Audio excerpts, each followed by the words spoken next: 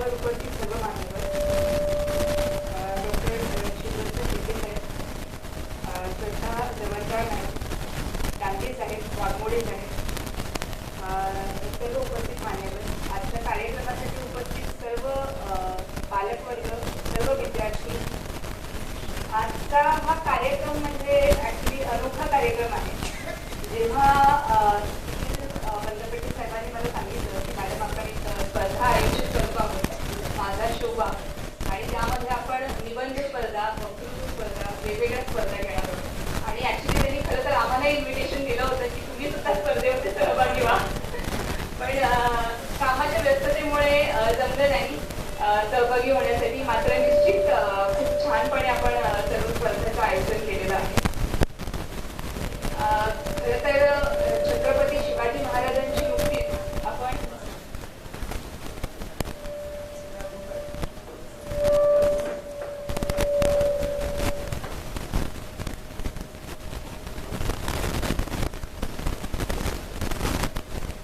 आपल्या हिंदू स्वराज्याचे संस्थापक आणि अखंड हिंदुस्थानाचे आराध्य दैवत आणि प्रेरणास्थान असे असणारे छत्रपती शिवाजी महाराज यांची आपण नुकतीच 396वी जयंती साजरी केलेली आहे.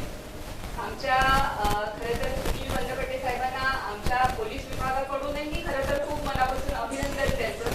कारण का आम्ही प्रत्येक जेव्हा आपले सण उत्सव असतात, गणेशोत्सव असो, नवरात्रोत्सव असो, अण्णाभाऊ साठे जयंती असो, सर्व सण उत्सव आम्हाला प्रत्येक मंडळांची बैठक घेऊन प्रत्येकाला सांगावं लागत होतं. किमान 15 दिवस आधीपासून मेहनत घ्यावी लागत होती की आपल्याला उत्सव कसा डीजे मुक्त, डॉल्बी मुक्त करता येईल आणि पारंपरिक वाद्यांचा वापर करून आपल्याला हा सण उत्सव साजरा करता येईल. कारण का हे आपलं सोलापूर शहर आहे, हे उत्सवाचं शहर आहे. मी जेव्हा इथे आले होते नवीन गुरुजी झाले त्यावेळेस मला प्रत्येकाने येऊन सांगितलेलं होतं की मॅडम आपलं सोलापूर शहर यामध्ये एकही अशी जयंती नाही किंवा एकही असा दिवस नाही की जो मोठ्या उत्साहाने साजरा केला जात नाही.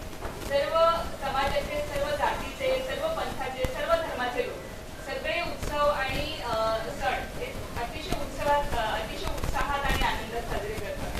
मात्र आम्हाला यावेळेस खूप सुखद अनुभव आला की शिवजन्मोत्सव मंडळाने स्वतःहून डिक्लेअर केलेलं होतं की आम्ही ही शिवजयंती जी आहे ती डीजे मुक्त आणि डॉल्बी मुक्त वातावरणात साजरी करणार आहोत.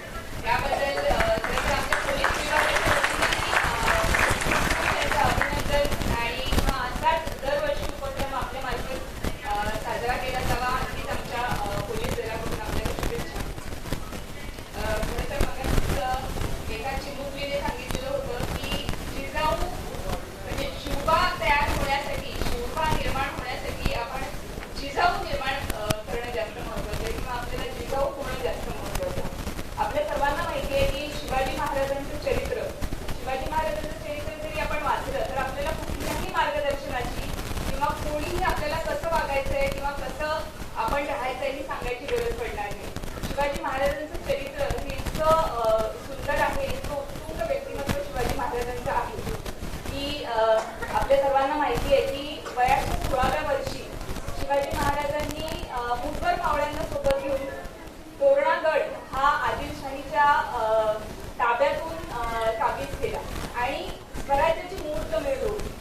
खरं तर 16 वर्ष म्हणजे आपण जर बघितलं आपल्या आजूबाजूच्या मुलांकडे की 16व्या वर्षी त्या मुलाला किती समज असते किंवा त्या मुलाला किती समजूतदारपणा असतो. म्हणजे त्या वयातही 16व्या वर्षी जे जिजाऊ माता यांनी बघितलेलं स्वप्न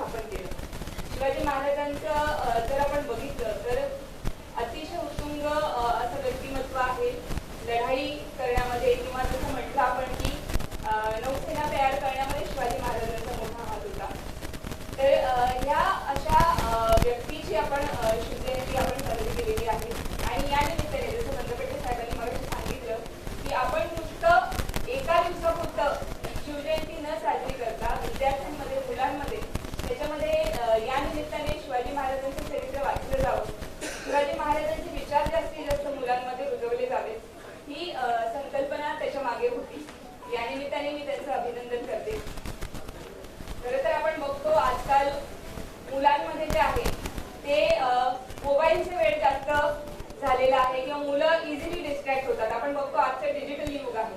आपण सर्व जे आहे अभ्यास सुद्धा मुलं मधल्या काळात तुम्ही बघितलं असेल की कोविड काळामध्ये बऱ्याचशा आपले ऑनलाईन क्लासेस होते, अजूनही सुरू आहेत त्याच्यामध्ये, आणि मुलांचं मोबाईलमधलं प्रमाण जास्त वाढलेलं आहे.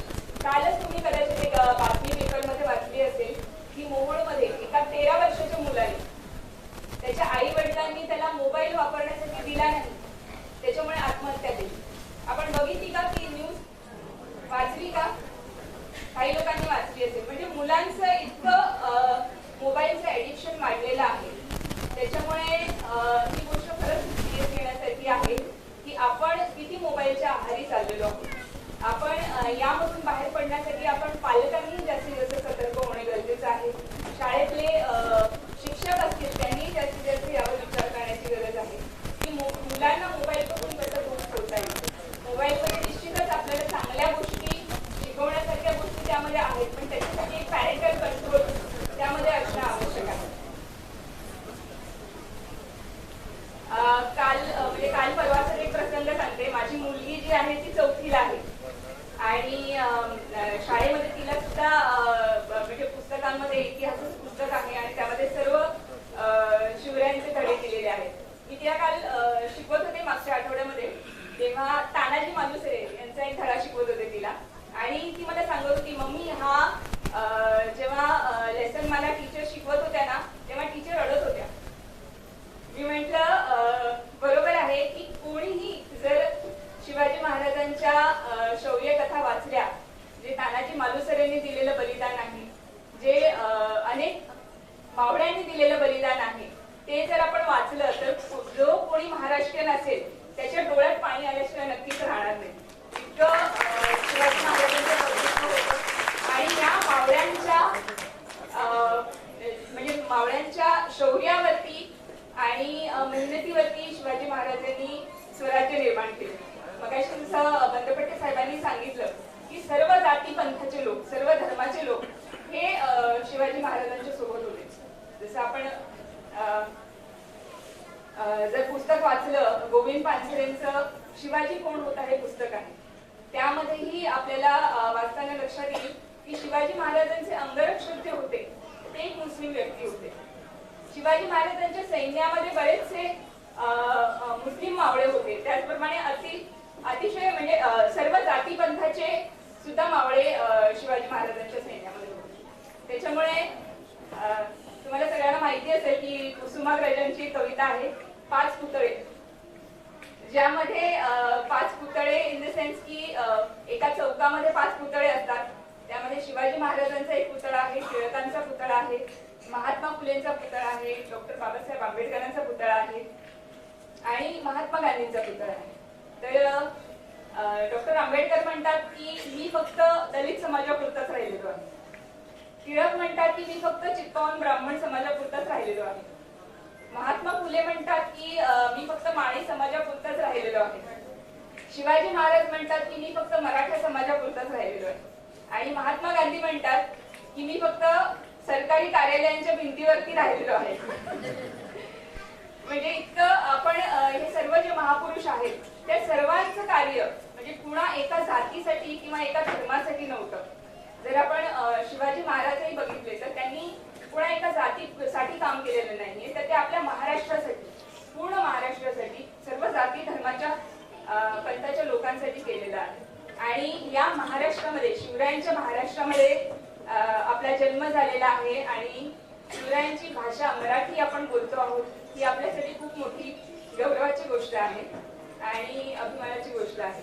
तर या निमित्ताने मी हेच सांगू इच्छिते की आपण आपल्या मुलांना जास्तीत जास्त चांगले विचार द्या, त्यांना मोबाईल पासून जास्तीत जास्त दूर ठेवा, अभ्यासासाठी जास्तीत जास्त कसं त्यांना प्रोत्साहित करता येईल, त्यांना कशा जास्तीत जास्त ऍक्टिव्हिटीज मध्ये इन्व्हॉल्व करता येईल या दृष्टीने आपण प्रयत्न करा. आणि आपण एक जिजाऊ होण्यासाठी, आपल्या मुलांना घडवण्यासाठी, आपल्या मुलांचं चांगलं करिअर घडवण्यासाठी प्रयत्न करा.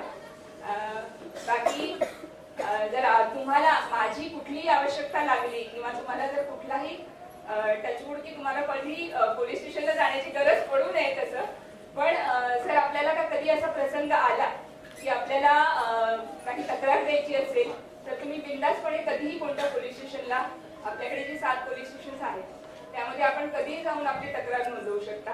त्याचप्रमाणे आपला जो डायल 112 नंबर आहे, जर आपल्या समोर कुठली घटना घडत असेल, आपण साक्षीदार आहात, आपल्या समोर जर कुठली चोरी होत असेल किंवा मारामारी होत असेल, आपण डायल 112 नंबरला कॉल करू शकता आणि त्या नंबरची माहिती देऊ शकता. त्यामुळे डायल 112 नंबर हा डायरेक्टली आमच्या कंट्रोलला अटॅच असतो आणि 5 मिनिटाच्या आत त्या ठिकाणावरती गाडी आमची पोहोचते. त्यामुळे आपण पोलिसांबद्दलही की बाबा आम्ही जर काही ऍक्सिडेंट झालं तरी आपण बघतो की आपण मदत करत नाही बरेचसे, की बाबा पोलीस स्टेशनला जावं लागेल किंवा नंतर आपल्याला ते स्टेटमेंट द्यावे लागतील, त्याच्यामध्ये अडकून जाऊ, कोर्टात जावं लागेल. पण आपल्याला जर एखादी चुकीची घटना समोर दिसत असेल, आपल्या सर्वांना माहिती आहे की शिवाजी महाराज जे होते त्यांनी स्त्रियांचाही अतिशय आदर केला, सन्मान केला आणि आपल्या हे सर्वांचं कर्तव्य आहे की प्रत्येकाने आपल्या सोबत असलेल्या, आपल्या घरात असलेल्या, आपल्या आजूबाजूला असलेल्या सर्व स्त्रियांचा सन्मान करणं. जर कुठली काही चुकीची घटना घडत असेल तर त्याबाबत लगेच माहिती देणं, त्यांना मदत करणं ही आपली सर्वांची जबाबदारी आहे. शेवटी परत एकदा सुशील बंदपट्टे आणि त्यांच्या फाउंडेशनला खूप खूप शुभेच्छा देते आणि आपल्याकडून असे चांगले उपक्रम, समाज उपयोगी कार्यक्रम घडत राहोत या